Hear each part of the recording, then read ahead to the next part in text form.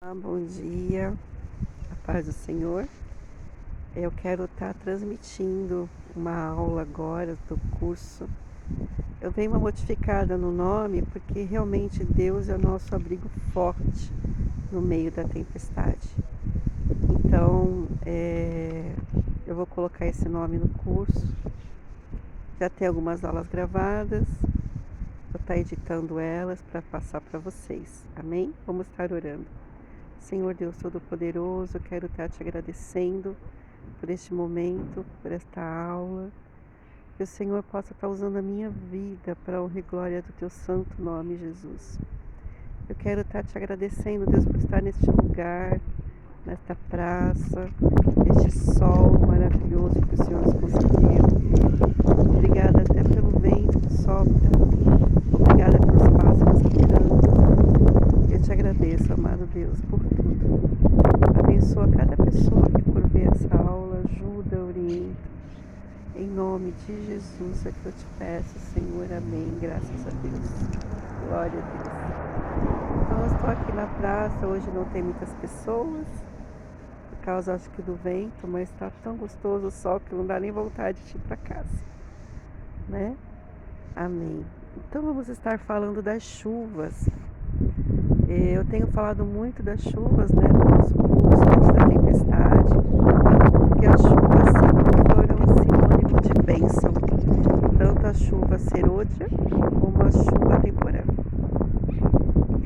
A parte física, a chuva serôdia, como eu falei nas outras aulas, ela vem para regar a terra, vem para fortalecer o grão, vem para estar inundando mesmo, encharcando a terra de uma maneira mais suave. E a temporã, ela vem com mais força para que o fruto brote, para que ele saia as sementinhas de lá e brote e germine para a glória de Deus. Deus quer usar a gente também dessa forma na questão emocional e na questão espiritual. Na questão emocional, nós mulheres, né, a gente é muito coração que a gente fala. Então o Senhor quer germinar, fazer com que a semente que Ele colocou do Espírito Santo comece a germinar dentro da gente. Então Ele vai mandando chuvas de bênção, chuvas na nossa vida espirituais, para atingir o nosso emocional. Vai colocando situações onde a gente vai se alegrando, onde a gente vai realmente colocando na nossa vida coisas boas, né? Então é a chuva, a serôdia, germinando, né? Germinando esse fruto do Espírito, o Espírito Santo, para gerar frutos dentro da gente. E aí os frutos do Espírito Santo brotam quando vem a chuva temporã. Quando você busca Deus com mais intensidade, mais força, onde você tem mais momentos com Deus, onde você jejua mais, onde você lê mais a palavra, onde você ora mais. Então a chuva temporã vem com mais força sobre a sua vida, atingindo o seu emocional e o seu espiritual. E consequentemente o nosso físico fica bem também. Porque nós somos um ser dividido em 3 partes: físico, emocional e espiritual. Então o Espírito Santo vem habitar dentro da gente quando a gente recebe Jesus como Salvador. E a semente começa a brotar, que é o Espírito Santo, começa a florescer dentro de nós. E os frutos aparecem quando vêm as chuvas fortes temporãs, muito fortes. E aí vem inundando a nossa vida. Em Atos capítulo 2, eu trouxe a Bíblia aqui, glória a Deus. Trouxe a Bíblia aqui para a praça. Está aqui, ó. Glória a Deus, né? A Bíblia da mulher. É uma Bíblia linda, né? Que é da Ana Paula Valadão, que ela fez. E que eu comprei para minha filha. E eu vi a Bíblia aqui, deixa eu usar essa Bíblia até como devocional para minha vida. Então o Senhor fala o seguinte, em Atos capítulo 2, né? Vamos lá. A vinda do Espírito Santo no dia do Pentecostes. E eles estavam todos reunidos em um só lugar. De repente veio do céu um som como de um vento muito forte e encheu toda a casa na qual estavam assentados. E viram que parecia línguas de fogo, que se separaram e pousaram sobre cada um deles. Todos ficaram cheios do Espírito Santo e começaram a falar em outras línguas conforme o Espírito os capacitava. Havia em Jerusalém judeus, devotos a Deus, vindos de todas as nações do mundo, e ouvindo o som, ajuntou-se a multidão. Glória a Deus, a multidão se ajuntou do lado de fora da casa. Perplexa, por cada um os ouvia falar em suas próprias línguas. Atônitos e maravilhados, eles perguntavam: acaso não são galileus todos esses homens que estão falando? Então, como os ouviram, cada um em nossa própria língua materna? Então, o Senhor derramou do Espírito, né? O Espírito Santo vinha habitar neles, veio habitar neles no Pentecostes. Porque antes o Espírito Santo vinha sobre o homem em períodos. Ficava um pouquinho e depois saía. Vinha principalmente nos profetas, o Espírito Santo vinha para os reis, né? Lembra da história de Saul? Então o Espírito Santo ele não era concedido assim para qualquer um, de qualquer forma, mas para aqueles que o buscavam em sinceridade de coração. Então o Espírito Santo vinha e habitava dentro das pessoas, mas sempre de forma temporária e não de forma permanente. E no Pentecostes veio de forma permanente e veio como línguas de fogo. Então eu posso dizer que foi a chuva têmpora. É uma chuva que caiu com força sobre eles, porque estavam buscando ao Senhor 120 dias no mesmo lugar, buscando a Deus, buscando a Deus, buscando a Deus, orando, cantando louvores e se reunindo e buscando ao Senhor. Porque Jesus falou que ia derramar o Espírito Santo, Jesus falou que ia mandar o Espírito Santo, e eles ficaram esperando. E quando veio esse derramar do Espírito Santo, ele veio com um propósito definido. Nós, como filhos de Deus, nós temos um propósito definido aqui na Terra. Não apenas viver as nossas vidas individuais. Nós temos um propósito definido de estar pregando o Evangelho a todas as pessoas ao nosso redor. Eu tenho um projeto no meu coração que Deus usou a vida da pastora Letícia num sonho em que ela sonhava que eu estava panfletando um panfleto falando de Jesus numa praça que ela não conhecia, que ela nunca tinha visto, que até parecia meio escura, e eu panfletando para as pessoas. E aí eu falei: Senhor, é verdade, eu vou numa gráfica e vou colocar todo o Salmo 23 que o Senhor me concedeu nos vários idiomas que aqui tem. Então aqui tem o espanhol, claro, que é da Espanha. Aqui se fala o inglês também. Aqui se fala o francês e se fala o russo. Então eu vou colocar nesses idiomas o panfleto. Porque para mim, como é que eu vou falar 4 idiomas, Senhor? Né? E aí eu vou fazer isso. E realmente a escuridão está nas praças. A escuridão espiritual.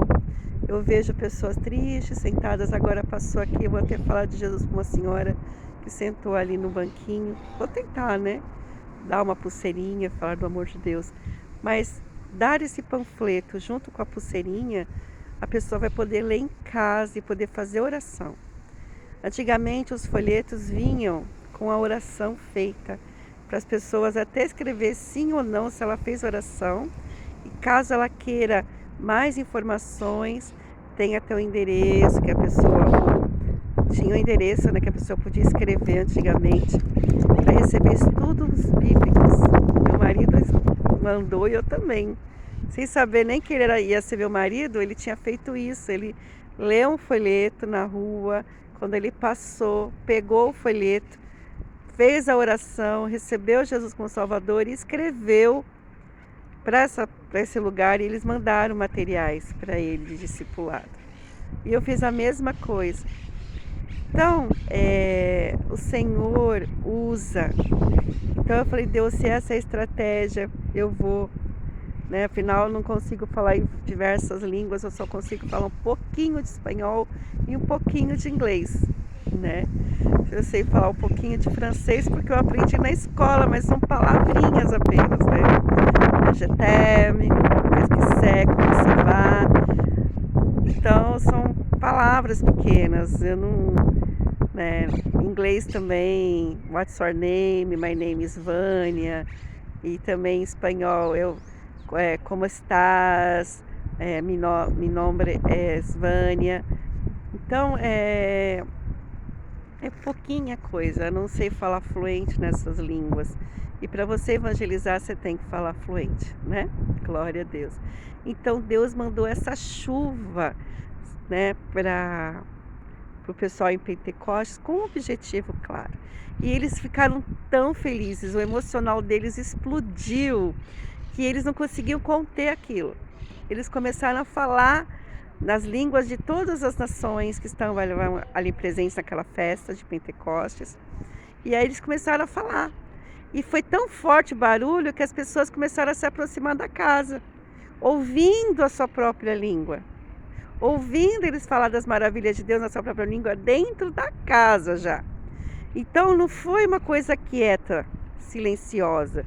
Foi um derramar do Espírito e foi uma explosão emocional, onde eles não quiseram mais se conter, porque já estavam sendo perseguidos após a morte de Jesus e a sua ressurreição, eles já estavam sendo perseguidos como igreja, né? E eles estavam escondidos, ali, guardadinhos, quietinhos num lugar. Mas com o Espírito Santo de Deus não tem disso. Quando Deus quer manifestar a glória dele, você não vai ficar quietinho. Deus vai explodir você assim, que você vai falar das maravilhas de Deus de uma maneira muito forte e poderosa. Deus vai te usar com poder e com autoridade. Mas é só você pedir e insistir diante do Senhor. Peça para um irmão, dois irmãos estarem orando com você, estarem num local orando, buscando ao Senhor, ou na sua igreja, ou na casa de uma pessoa, mas para orar mesmo, para buscar o Senhor, estar na presença dEle, com força, com perseverança, né? Então faça isso, e eu sei que o Senhor vai derramar o Espírito Santo, porque o Senhor não quer só agir na individualidade nossa, o Senhor quer agir num todo, como o corpo de Cristo. O Senhor se alegra quando o povo dele se une. Eu vou até contar um testemunho rápido disso. Nós tínhamos o hábito de ir para Atibaia, fazer retiros em Atibaia, no sítio da Lia, minha querida amiga Lia. Então ela cedia o local, né, com muito amor e carinho, ela estava sempre lá recebendo a gente. A Lia é da Igreja Batista de São Paulo. Então ela tem um conceito dentro dela de cristianismo, né? Mais contido, que a gente fala, os batistas. Os pentecostais são mais avivados. Então nós pegávamos sempre uma van e íamos. Teve uma época que a gente foi até com um ônibus, que Deus usou a irmã Érica na época para encher um ônibus e irmos. Chegamos a ter 50 pessoas naquele sítio. Deus fez milagres naquele sítio, porque antes ali só tinha uma casa bem pequena, assim, com uns 3 quartos. Então não cabia muita gente, a gente sempre ia com uma van, né? Mas o Senhor foi operando grande mover, daqui a pouco a gente chegou lá com um ônibus, né? E com vários irmãos e irmãs de várias denominações. E o Senhor se alegra muito quando o povo dele se une, se reúne. E lá no sítio dela não tinha toboágua, não tinha áreas de lazer, não tinha piscina. Nós íamos nessa época de janeiro e fevereiro, que é quente no Brasil, né? E lá não tinha piscina. Uma vez a gente pegou lá uma piscina que estava meio lameada, as crianças entraram, brincaram um pouco. Não tinha. Lá tinha muita manga, né? Bastante manga e algumas outras frutas, mas não tinha. Era apenas uma chácara, um sítio, né? Mas tinha a glória de Deus. E ao chegar lá, nós já orávamos para que o Senhor espantasse todos os bichos peçonhentos, cobras, aranhas e tudo mais. E para a glória de Deus, ninguém ficava mordido. Só uma vez a minha neta, que ela andava muito descalça, olha como é que Deus cuidava da minha netinha, tinha 2, 3 anos, que o formiga picou a mão pé dela, né, que ela pisou sem querer no formigueiro. Mas, gente, nada. A glória de Deus descia naquele sítio em Atibaia. Então as irmãs se reuniam, as pessoas só falavam de Jesus o tempo todo, era Jesus no café da manhã, era Jesus no almoço, Jesus na hora do lanche, e ali ia servindo a gente com tanto amor, com tanto carinho, fazendo um monte de coisa gostosa para a gente comer na cozinha com as irmãs. Ninguém precisava montar esquema de, você fica na cozinha, você fica na limpeza, você fica cuidando das crianças. Não, todos iam fazendo as coisas voluntariamente. Então as irmãs iam para a cozinha voluntariamente, as outras iam ficar com as crianças pequenas que iam. Todo mundo cuidava de todo mundo. A minha neta brincava, a Isabelle, naquela época, com todo mundo. Quando não ia criança, ela fazia todo mundo virar criança. E aí todo mundo acabava subindo nas árvores, brincando com ela. Então era uma coisa muito abençoada. Nós tínhamos um pequeno devocional na parte da manhã e à noite tínhamos um culto, né, uma reunião à noite onde a gente louvava a Deus, orava, buscava o Senhor. E aí nós fazíamos os dias que a gente permanecia lá. E teve uma noite muito especial, que estava assim meio frio, a gente foi numa época de junho, julho também. E as irmãs Érica e Luciane não quiseram dormir junto com a irmã Genilza. As três não quiseram dormir. E a gente falou, não, gente. Aí meu marido falou, olha, a gente termina o culto aqui, nossa reunião, mas ela continua. Então vocês vão para os seus quartos, quiserem continuar buscando a Deus, vocês vão buscar. E foi o que aconteceu. Elas chegaram no quarto cheias, porque gente descia a glória nesses cultos, nessas reuniões. E eu ficava, Senhor, mas por que desce? A gente não é nada, eu e o João não somos nada, a gente somos apenas servos, mas a gente, tipo, nada especial na gente, né? E o Senhor falava assim, não é porque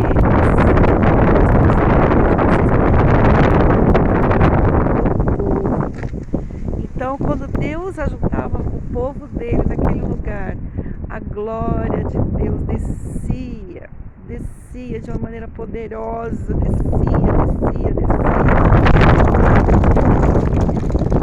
E aí, elas foram pro quarto e depois, quando eu tava, assim, já era 1 da manhã, eu acho, e começou a chover bem, bastante chuva. Daqui a pouco eu só ouvia, glória a Deus, aleluia, lá fora.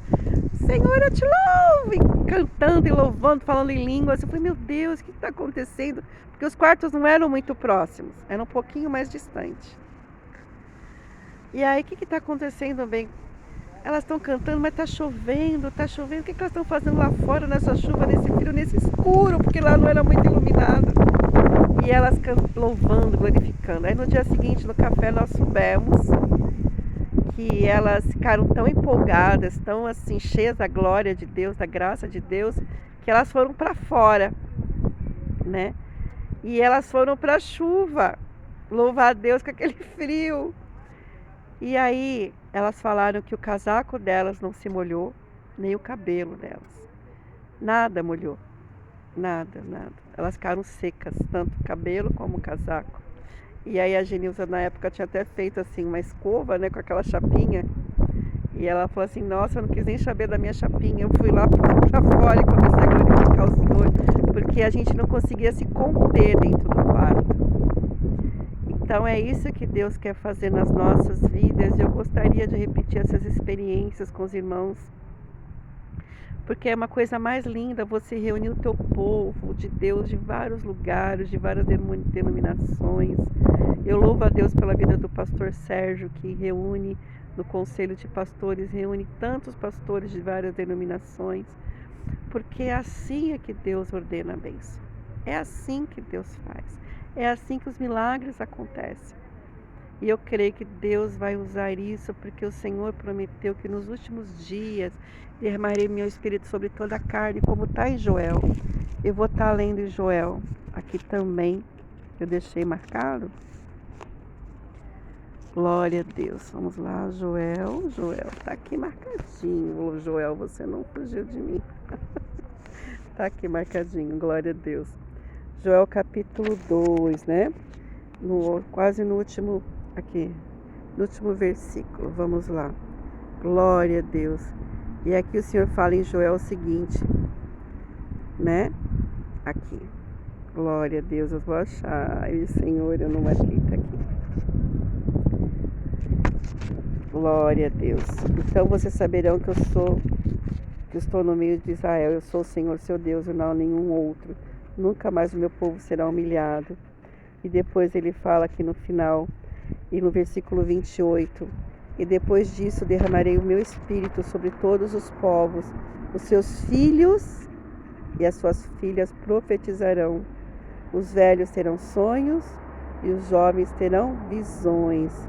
Até sobre os servos e as servas derramarei do meu espírito naqueles dias.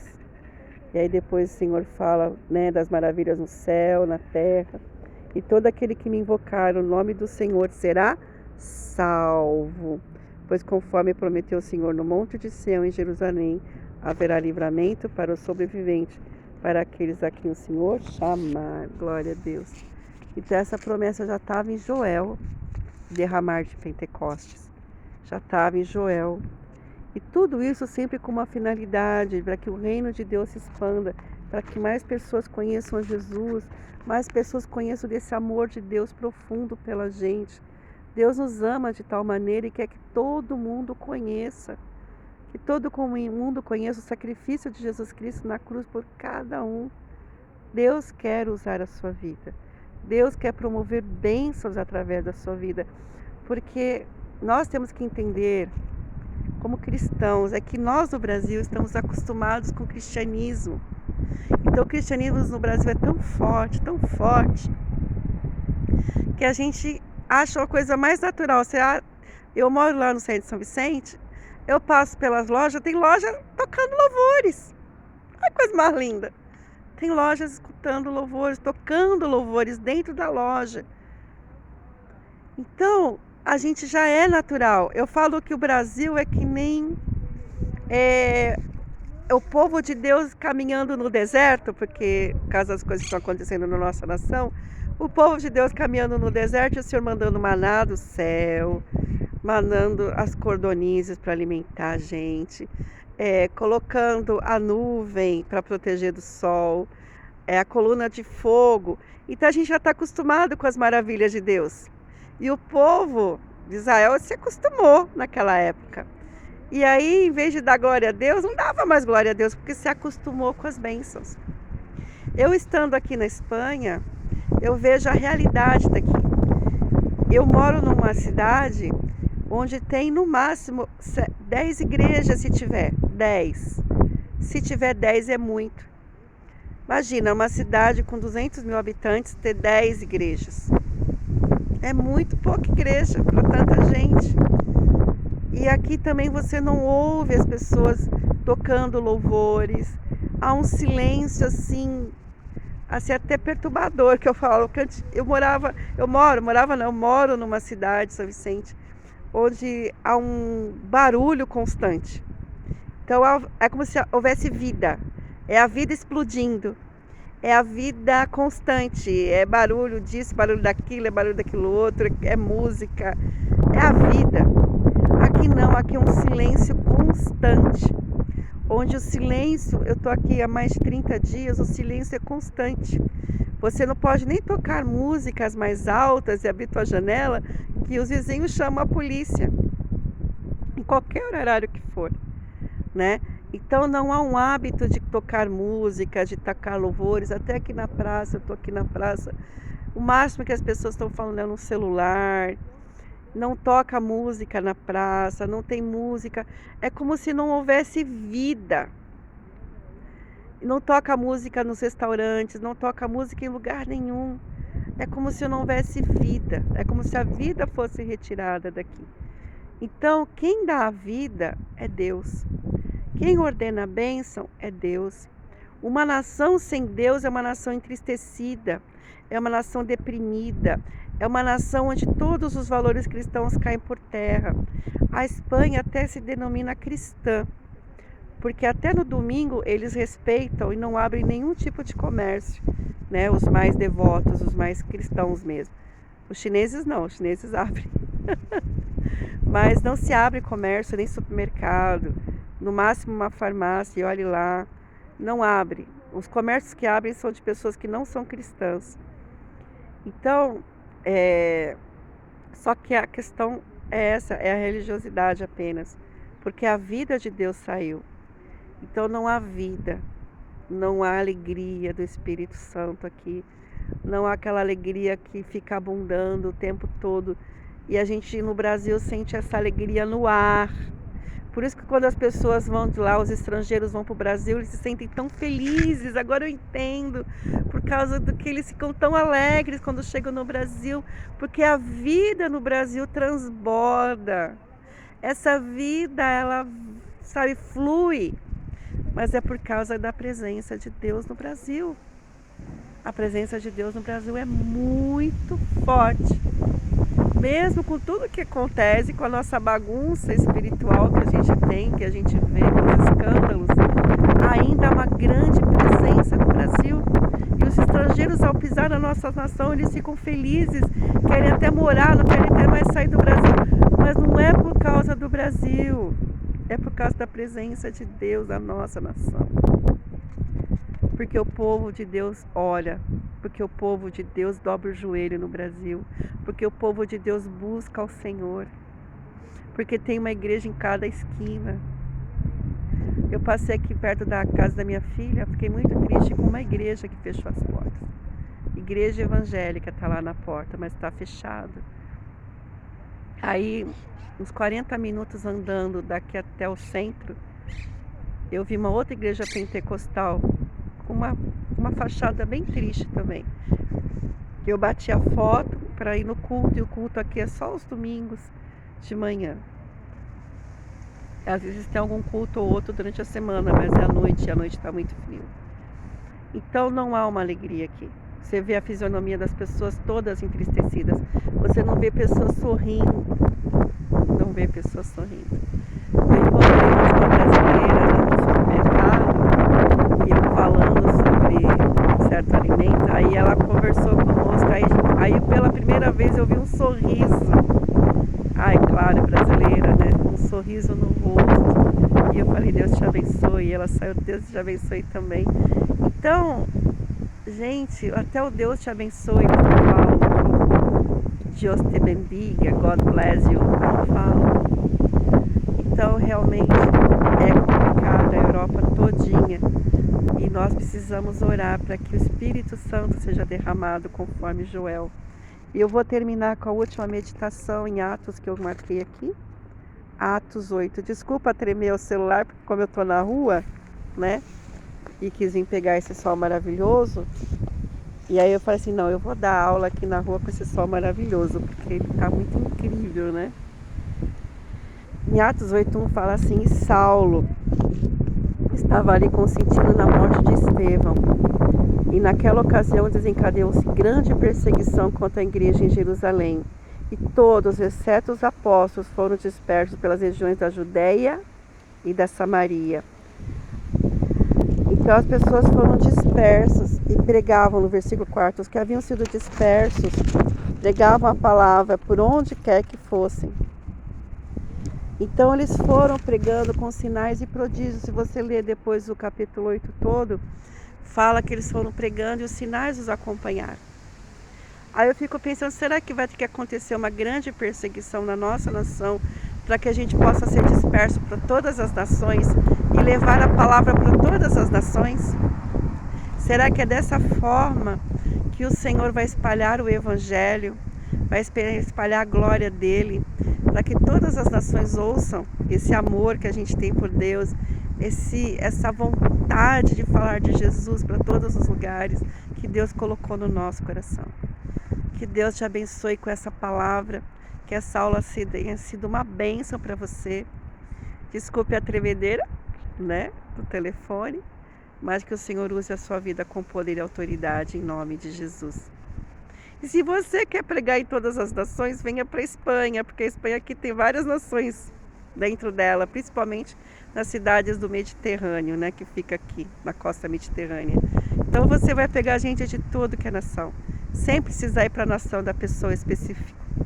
Então você vai poder pregar o evangelho para russo, para francês, para inglês, né?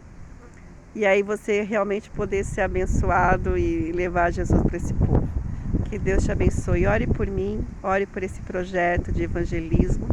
eu vou ter que ter recursos para poder fazer os panfletos, distribuí-los, comprar mais aquelas pedrinhas para fazer a pulseirinha para entregar para eles.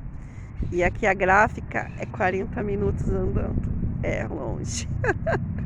Mas eu vou até lá a gráfica e vou fazer um milheiro para distribuir.